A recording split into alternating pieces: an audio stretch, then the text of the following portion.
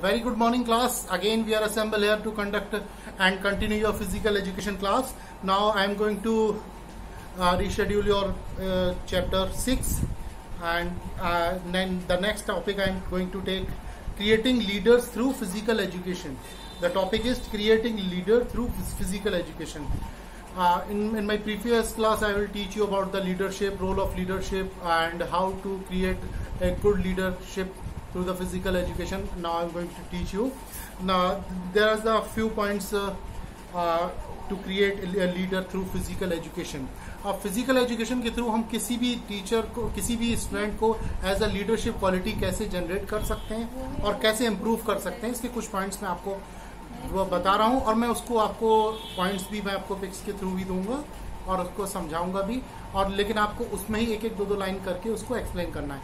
The first point of my topic is creating leader through physical education. The first point is appointing a student as a captain of team. Appointing a student as a captain of the team.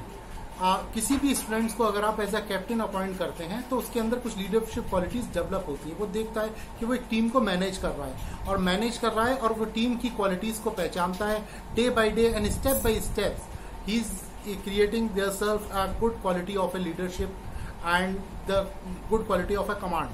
So first point is appointing a student as a captain of the team. In physical education we can appoint a person as students as a captain of the team, and he will create themselves the quality of a leadership. Okay, the next point is appointing a student as a leader of mass activities.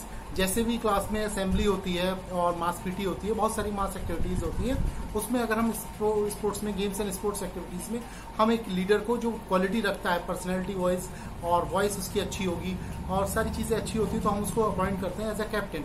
और as a captain appoint करने के बाद उसके अंदर जो leadership qualities होती है वो खुद समझता है, खुद देखता है और खुद अपने अंदर डेवलप करता है. सपोज दैट असेंबली कंडक्ट कराना, next is mass PT conduct कराना या ग्रुप स्पोर्ट्स एक्टिविटीज कंडक्ट कराने के लिए आप अगर किसी को कैप्टन या टीम लीडर डिक्लेयर करते हैं तो आप जो है उसको बहुत अच्छे तरीके से उसकी क्वालिटीज को निखार सकते हैं, जनरेट कर सकते हैं लीडरशिप क्वालिटीज को, तो इससे आप बहुत सपोर्ट मिलता है. Next point is assigning duties for preparation of ground. Assigning duties for preparation of ground.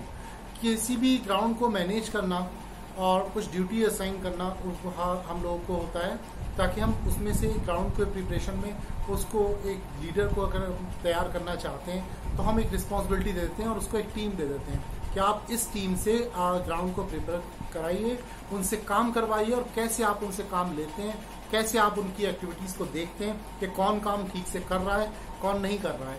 ये सारी क्वालिटीज अगर आप सीख जाते हैं, आप उनको देख लेते हैं, क्योंकि बहुत सारे लोग ऐसे, अगर 10 लोग आपके अंडर में दे दिए जाएं तो विद इन अ वीक आप अंदाजा लगा सकते हैं कौन आपको सही से काम करके दे रहा है, कौन सिर्फ काम दिखा रहा है, कौन सिर्फ अपनी बातें बना रहा है और कौन सिंसियरली अच्छे से काम कर रहा है. तो ये आप बहुत अच्छे तरीके से इनकी ग्रेडिंग कर सकते हैं और आपके अंदर भी एक लीडरशिप क्वालिटी आ जाती है. तो फिजिकल एजुकेशन टीचर को चाहिए कि कुछ ड्यूटीज अपॉइंट करें और उसको एक रिस्पॉन्सिबिलिटी दें और उसके अंडर में कुछ टीम्स बनाएं कुछ लोगों की, और ये उसको लीडर बनाकर, एक एज अ टीम लीडर बनाकर वो किसी भी एक्टिविटीज में, ग्राउंड एक्टिविटीज में उसको इन्वॉल्व करें ग्राउंड के प्रिपरेशन में. और fourth point is allowing students to officiate in intramural competition. Allowing students to officiate in an intramural competition. Intramural competition बहुत सारे होते हैं कॉलेज में, और इंटरम्यूरल कॉम्पिटिशन होते हैं, बहुत सारी एक्टिविटीज होती हैं. तो उसमें जब हम कोई भी एक्टिविटीज में इन्वॉल्व करते हैं स्टूडेंट को और ऑफिशिएटिंग करवाते हैं, ऑफिशिएटिंग यानी मैच को कंडक्ट कराना, एज अ विस्लिंग करना या कुछ भी मैच में तैयारी कराना, ये सारी चीजें हम लोग सिखाते हैं, बच्चों को रिस्पॉन्सिबिलिटी देते हैं. जब वो बच्चे सीखते हैं तो उनके अंदर एक कॉन्फिडेंस लेवल डेवलप होता है और वो भी इन फ्यूचर अपने अंदर ये लीडरशिप क्वालिटीज के थ्रू कुछ इंटरम्यूरल कंडक्ट करा सकते हैं, कुछ एक्टिविटीज कंडक्ट करा सकते हैं. ऐसे उनकी क्वालिटी जो है डेवलप होती है, क्रिएट होती है. Fifth point is appointing students as a member or in charge for various school committee. हाँ, किसी भी स्कूल में फिजिकल एजुकेशन हो या गेम्स एंड फिजिकल एजुकेशन हो या एकेडमी हो या कोई म्यूजिक कमेटी हो, कितनी भी कमिटीज होती हैं, उन सब में अगर हम रिस्पॉन्सिबिलिटी देते हैं स्टूडेंट्स को या इंचार्ज बनाते हैं, तो ये सारी चीजें बनाने के बाद हम उनको वो रिस्पॉन्सिबिलिटी देते हैं, जिससे वो अपनी रिस्पॉन्सिबिलिटी को समझते हैं, अच्छे से करते हैं, उनको परफॉर्म करते हैं। इसी में ही आप अच्छे और सबसे अच्छे एक्सीलेंट स्टूडेंट्स को जिसके अंदर लीडरशिप क्वालिटीज होती है, उसको आप बड़े अच्छे से देख सकते हैं, ऑब्जर्व कर सकते हैं।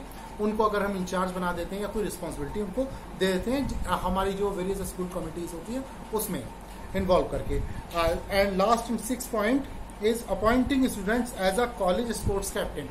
आपके स्पोर्ट्स में, गेम्स एंड स्पोर्ट्स में बहुत सारे बच्चे ऐसे होते हैं जो सब लोग पार्टिसिपेट तो करना जानते हैं, खेलना भी जानते हैं, अच्छा खेल सकते हैं, लेकिन लीडरशिप क्वालिटीज को एज ए स्पोर्ट्स टीचर उनको देखना और उनको मौका देना लीडरशिप क्वालिटीज में, तो सबसे पहले उनको स्पोर्ट्स कैप्टन या टीम कैप्टन या कॉलेज स्पोर्ट्स कैप्टन बनाया जाता है, स्पोर्ट्स इंचार्ज बनाया जाता है, ताकि उनकी जो लीडरशिप क्वालिटी है उसको निखारा जा सके और इम्प्रूव किया जा सके, और अच्छे से वो परफॉर्म करते हैं और अच्छी से अपनी जिम्मेदारियों को समझते हैं। जितना हम इन यंगस्टर्स को टीन एज में ज्यादा यूथ को हम इन्वॉल्व करेंगे एक्टिविटीज में, तो वो उतना ही रिस्पॉन्सिबल होंगे और उतनी सिंसियरिटी आएगी उनके अंदर, और जो उनके अंदर जो बैड हैबिट्स हैं, बैड हैबिट्स इस एज में बहुत ज्यादा लगती हैं, स्मोकिंग, अल्कोहल, ये सारी चीजें, अब्यूजिंग लैंग्वेज, ये अगर उनके अंदर ये सारी चीजें उनको घेर रही होती हैं, तो वो अगर उनको रिस्पॉन्सिबिलिटी दी जाए तो ये इन सबसे दूर होते हैं और अपने आप को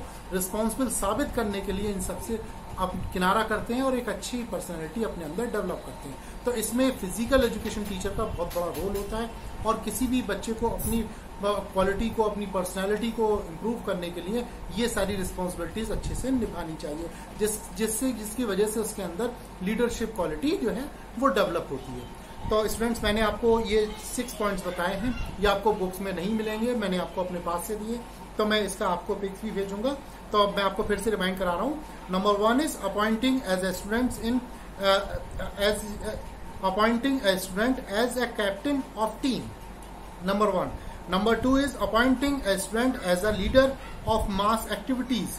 Number 3, assigning duties for preparation of ground.